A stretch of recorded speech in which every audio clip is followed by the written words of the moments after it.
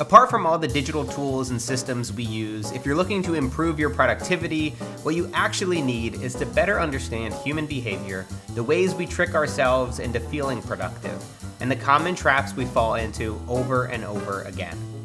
So I want to share 4 rules for productivity that have really helped to reshape how I work every week, how I plan for both big projects and small ones, and how I make sure that I'm not just feeling productive, but I actually am productive. Let's get into it. This video is brought to you by Squarespace. I'll share more about them later in this video. All right, so rule number 1, plan for things to take way longer than you think. The biggest myth that's perpetuated about productivity is that you can get to a place where work always feels effortless. And once you unlock that secret, you'll never procrastinate again, you'll have an infinite source of motivation, and you'll never fall into a slump. But that's not the case. The truth about productivity is that it ebbs and flows. There are gonna be those weeks where we feel like we're really on top of everything. We might even get ahead for the first time in a while. And then there are gonna be those weeks, maybe even months, where we fall behind, where we feel like we can't keep up with the amount of things that we had set out to do. And this really happens for 2 main reasons. 1, there are so many unexpected things that will come up. Our lives are filled with the unplannable. We get sick, our kids get sick, we get sick of working, so we pretend like we're sick. There are so many things that we can't plan for, and therefore, when those things pop up, we inevitably fall behind in our schedule. And the second thing I'd say is that just overall, we're really bad at planning how long something is gonna take us to do. And when it comes to my own videos, I've been a filmmaker for over 10 years and I've made hundreds, thousands of videos, but I still couldn't give you a really accurate estimate to how long my next video will take to make. There are so many details, questions, and problems that will come up within that we can't foresee when we first get started. And so regardless of the fact that I've done it before, that I've made tons of videos in my life, I still will have a really difficult time planning ahead and meeting all the little deadlines that I set for myself. I think the biggest problem with this is that we are left feeling unproductive when it's actually completely natural to have weeks or months where we're not getting as much done as we had planned to or set out to. And I think the best way to really work around this is to plan buffer into every project we make, plan for the unplannable. A good rule of thumb is to double the amount of time you think it's gonna take you to do a particular project. If you're somebody who actually works with clients, this is so important to manage the expectations of the people that you're working with. Even if you wanna give a deadline for your boss, double the amount of time you think it's gonna take. It's so much better to get it done quicker in a shorter amount of time than to need to push back the deadline once, twice, 3 times. And of course, it's okay to push back those deadlines, even if we fail to estimate it, especially for those bigger projects. But when I plan in buffer, when I plan for those unplannable things, I find that it's much better on my mental health. I feel so much better about the things that I do get done, and I'm not always continually letting myself down. Rule number 2, process similar tasks at the same time. Rapid task switching is one of the all-time best ways to feel productive without actually being productive. We convince ourselves that we can multitask. We can do a lot at the same time and switch back and forth between these tasks. We can check email while we're watching TV. We can listen to a podcast while we have a deep and meaningful conversation with our partner. God, I love this podcast. Excuse me? God, I love how you talk fast. Okay, so anyways, when I was talking about But the monkey interaction thing is still not very good.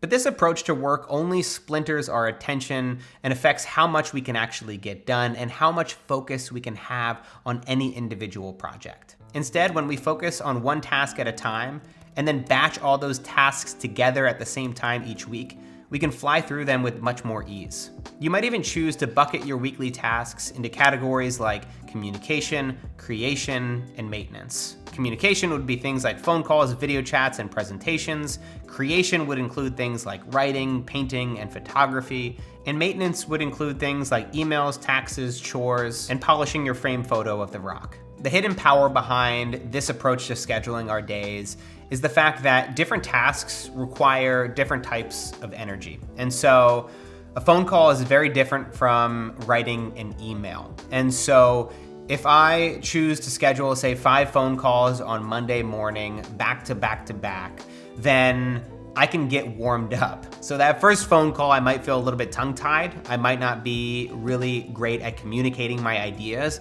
By the time I get to that 5th phone call, I'm warmed up. I'm feeling as if my brain is processing my thoughts much better, which is a surprisingly difficult task for me. And I just feel better about all of those phone calls. Maybe not the first one.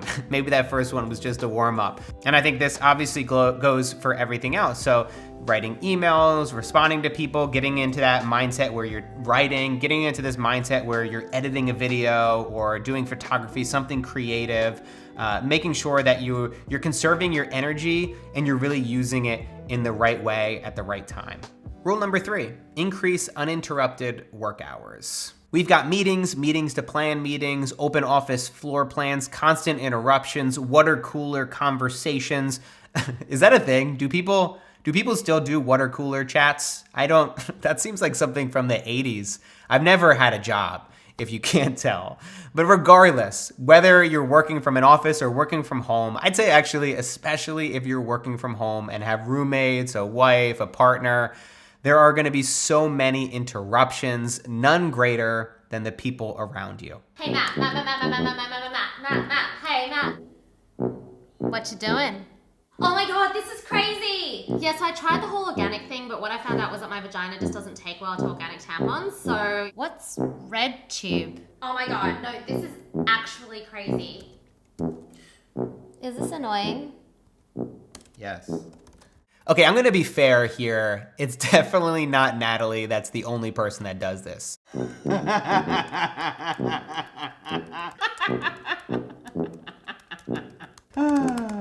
That's funny.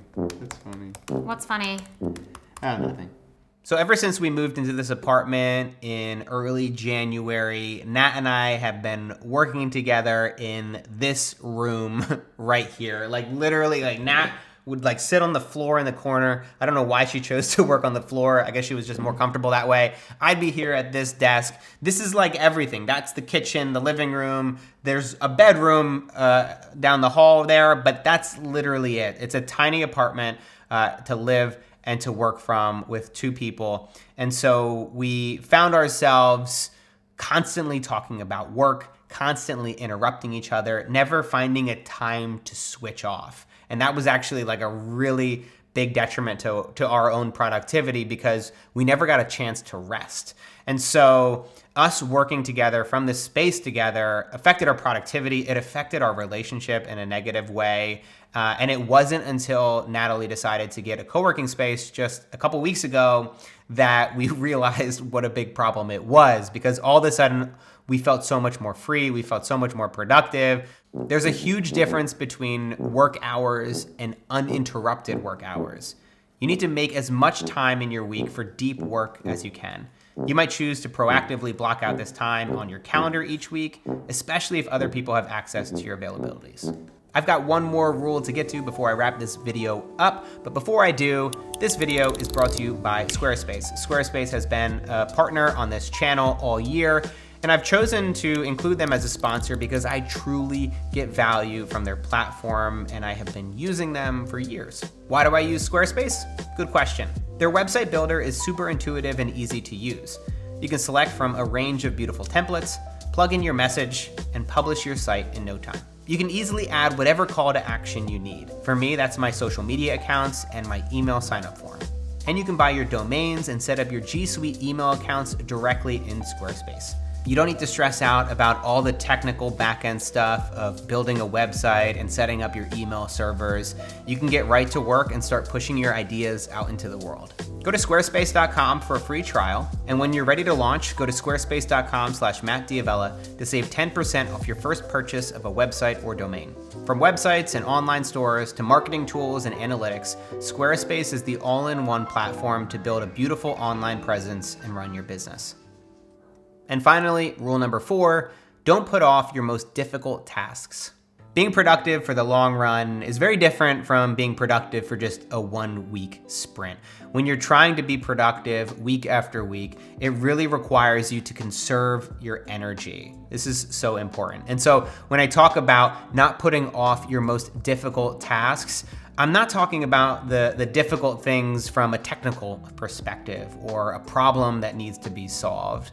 I'm usually talking about those things that are weighing on your shoulders. Those are the burdens that you carry around that can't help but intrude every other project and every other thought you have.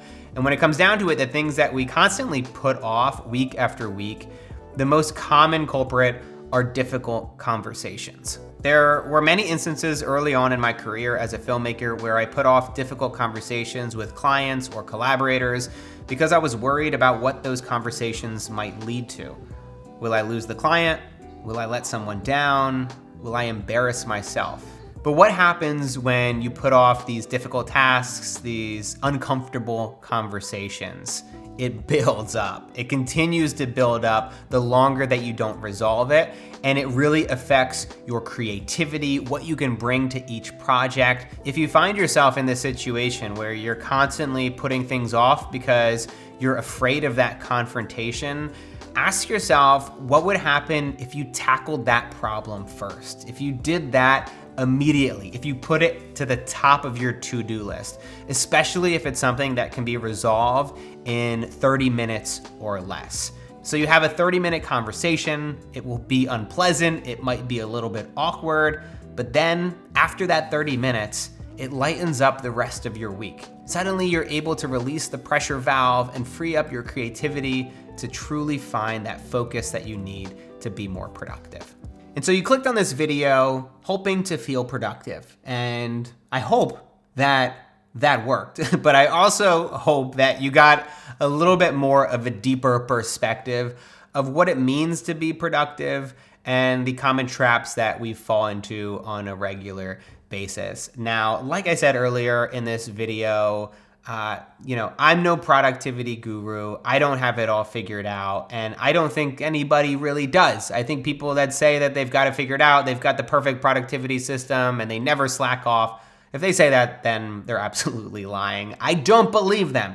There are going to be weeks in the months where you don't feel productive, when you're not getting much done, and I think that you need to just pay attention to how you're feeling, plan for some moments of stillness to be able to reflect and determine whether right now you just need to slow down and you need to give yourself a freaking break, or you actually need to kick up the ass because you're procrastinating and you've been doing it for months and you need to actually get to work. And so you need to figure out where you are. I can't tell you where you are right now, but I do hope that this video helped you gain some perspective and learn some ways to make your days more productive.